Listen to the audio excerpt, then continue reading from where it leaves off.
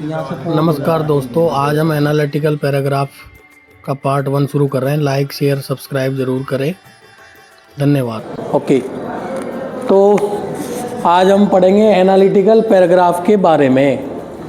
देखिए, paragraph writing तो आपने नॉर्मली पढ़ा ही है, पर एनालिटिकल पैराग्राफ थोड़ा डिफरेंट होता है। उसमें आपको अलग अलग तरीके का डाटा प्रोवाइड करवाया जाता है और उस डाटा के आधार पर हम जो है अपना पैराग्राफ लिखते हैं। तो देखिए, डाटा किस तरीके का प्रोवाइड करवाया जाता है। डाटा मतलब क्वेश्चन में डाटा दिया हुआ होता है आपको। तो दो तरीके के डाटा आते हैं, एक तो डायग्राम्स आते हैं और एक टेक्स्ट आता है। कई बार डायग्राम भी आ जाते हैं, कई बार टेक्स्ट भी आ जाते हैं, लेकिन ज़्यादातर ये देखा गया है कि अभी तक आपका डायग्राम ही आया है। और उस डायग्राम को देखने के बाद आपको अपनी ओपिनियन बनानी है और उसको आपको एक एनालिटिकल वे में लिखना है। आज के ज़माने की नीड भी है ये, है ना। सीबीएसई में ये क्वेश्चन 5 नंबर का आता है और कुछ नहीं होता है इसमें, ठीक है। तो इसमें डायग्राम्स में एक तो बार ग्राफ आते हैं, किसी भी तरीके का यहाँ डाटा दे दिया जाता है और उसमें कहाँ कहाँ उतार चढ़ाव हुआ। जैसे शेयर मार्केट के ऊपर आ गया, शेयर मार्केट में निफ्टी का उतार चढ़ाव कब कब कितने बजे कितना कितना रहा, तो वो दे दिया। या किसी स्टेट की पॉपुलेशन के ऊपर दे दिया कि वहाँ पर हिंदुओं की पॉपुलेशन कितनी घट रही है, बाकी पॉपुलेशन कितनी बढ़ रही है, तो उसका एक ग्राफ दे दिया। तो ये इसके बाद में आता है पाई चार्ट। पाई चार्ट में क्या होता है कि आपकी परसेंटेज दी हुई होती है, जैसे 40%। ये सर्वे पे आधारित होती है। बहुत सारे सर्वे होते हैं, उस सर्वे पे आधारित पाई चार्ट 40%, 8%, 10% लोगों का ये मानना। पूछते हैं ना कई बार, किसी नेता का सर्वे करवाना है कि नेताजी ने सबसे ज़्यादा काम किस पे किया, तो 40% ने कहा जी शिक्षा के ऊपर किया, 20% ने कहा कि मतलब जो है कि एजुकेशन पे काम किया, 10% ने कहा जी उन्होंने केवल सड़कों पे काम किया। तो इस तरीके से जो है एक डाटा पूरा आपका जो है पाई चार्ट के रूप में दिया हुआ होता है। तीसरा, कई बार टेबल बार आती है। टेबल बार में यहाँ ऊपर ईयर्स दे दी जाती है और नीचे संख्या दे दी जाती है, तो उसको भी हमें एनालिटिकल पैराग्राफ में लिखना होता है। चौथा आपका है ग्राफ। ग्राफ कैंडल ग्राफ जिसको बोलते हैं कैंडल। तो कैंडल्स दी हुई होती है, किस वर्ष में कितना परसेंट हुआ, किस वर्ष में कितना परसेंट घटा, कितना परसेंट बढ़ा, कौन कौन, मतलब ये भी सारा सर्वे आधारित होता है। और वो सर्वे आपको डायग्राम्स के रूप में दिया हुआ होता है, उसके ऊपर आपको एनालिटिकल पैराग्राफ लिखना होता है। तो सबसे पहले तो टाइप्स समझना ज़रूरी है कि एनालिटिकल पैराग्राफ में डाटा किस किस तरीके का आता है। दूसरा, कई बार टेक्स्ट दे दिया जाता है जिसमें आपको एक सिंपल पैराग्राफ होता है, ज़्यादातर तो हिस्ट्री पे बेस होता है। उसमें आपको डाटा दिया हुआ होता है कि 1989 में ये हुआ, 80 में ये हुआ, 85 में हुआ, 15वीं शताब्दी में ये हुआ। तो डाटा आपको टेक्स्ट फॉर्मेट में दिया जाता है और उसी को आपको एनालाइज करके सीक्वेंसिंग करनी होती है।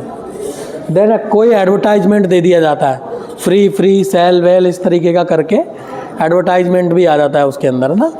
मतलब आपको चित्र दिया जाएगा, बाकायदा प्रोडक्ट का चित्र दिया जाएगा, सेल दे दी जाएगी और बाकायदा आपको बता दिया जाएगा कि इस पे ये स्कीम लागू है, तो आपको उसके ऊपर एक एनालिटिकल पैराग्राफ लिखना होता है। या कोई न्यूज़ दे दी जाती है, कोई ना कोई न्यूज़ किसी भी घटना के ऊपर, परिघटना के ऊपर, लोगों का हताहत होने वाले लोगों का आंकड़ा दे दिया, या कोई मतलब आंकड़ों का खेल है सारा। इसके बाद कोई रिपोर्ट भी हो सकती है किसी भी, वैसे रिपोर्ट जैसे मान लो मौलरबंद स्कूल के ऊपर रिपोर्ट है, दिल्ली सरकार के कामकाज के ऊपर रिपोर्ट है, कोई रिपोर्ट में भी वही डाटा दिया जाता है, उस डाटा के ऊपर आपको एनालिटिकल पैराग्राफ पूछा जाता है। आगे हम और डिस्कस करेंगे इसको लेकर के। एनी अदर की कोई गुंजाइश कम ही रहती है, कई बार आ जाता है एनी अदर में भी, टेक्स्ट में भी। तो ये आपका टाइप्स ऑफ डाटा 8 तरीके का 9 तरीके का आपका डाटा होता है जो आपसे उसके ऊपर एनालिटिकल पैराग्राफ पूछा जाता है। अब बात आती है कि what is the format of analytical paragraph. जैसे लेटर का फॉर्मेट होता है, एडिटर का फॉर्मेट होता है, सॉरी फॉर्मल लेटर का फॉर्मेट होता है, आपकी डायरी का फॉर्मेट होता है। कल मैंने आपको डायरी का फॉर्मेट बताया था। तो ऐसे ही आपका जो है एनालिटिकल पैराग्राफ का भी फॉर्मेट फिक्स होता है और आपको क्या क्या करना है, क्या क्या नहीं करना है। तो ये आपका फॉर्मेट है, ये फॉर्मेट। इसमें आपको 3 चीज़ें आपको मेनली ध्यान रखनी होती है।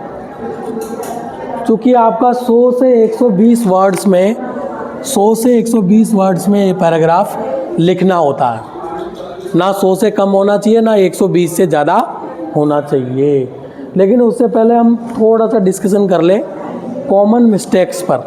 हम लोग मिस्टेक्स क्या करते हैं। तो ये 3 पार्ट होते हैं, इंट्रोडक्टरी पार्ट होता है, मेन बॉडी होता है और कंक्लूजन होता है। इंट्रोडक्शन में तो दे दिया जाता है कि this paragraph is about the bar graph of the pie chart of this paragraph is describing about the table bar of this paragraph describing about. इतना तो सब में लिखना है ना। यहाँ लिख देता हूँ, स्टार्टिंग लाइन यही होगी, दिस पैराग्राफ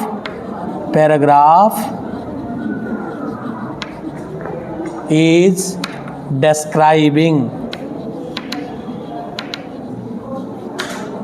अबाउट। ये लाइन आपको स्टार्टिंग में सब में चिपकानी है, ठीक है।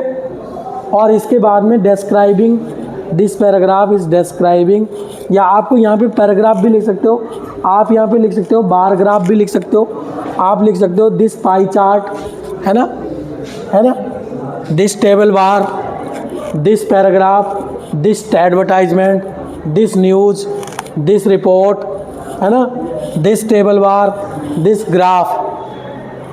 जो भी आपके सामने, ये पता होना चाहिए आपको कौन से बार ग्राफ होते हैं, कौन सा ग्राफ होता है, कौन सा टेबल बार होता है, कौन सा पाई चार्ट होता है। तो ये मैंने आपको बता दिया है, ध्यान रखना, वही पहली लाइन में आपको लिखना है, ठीक है। स्टॉप।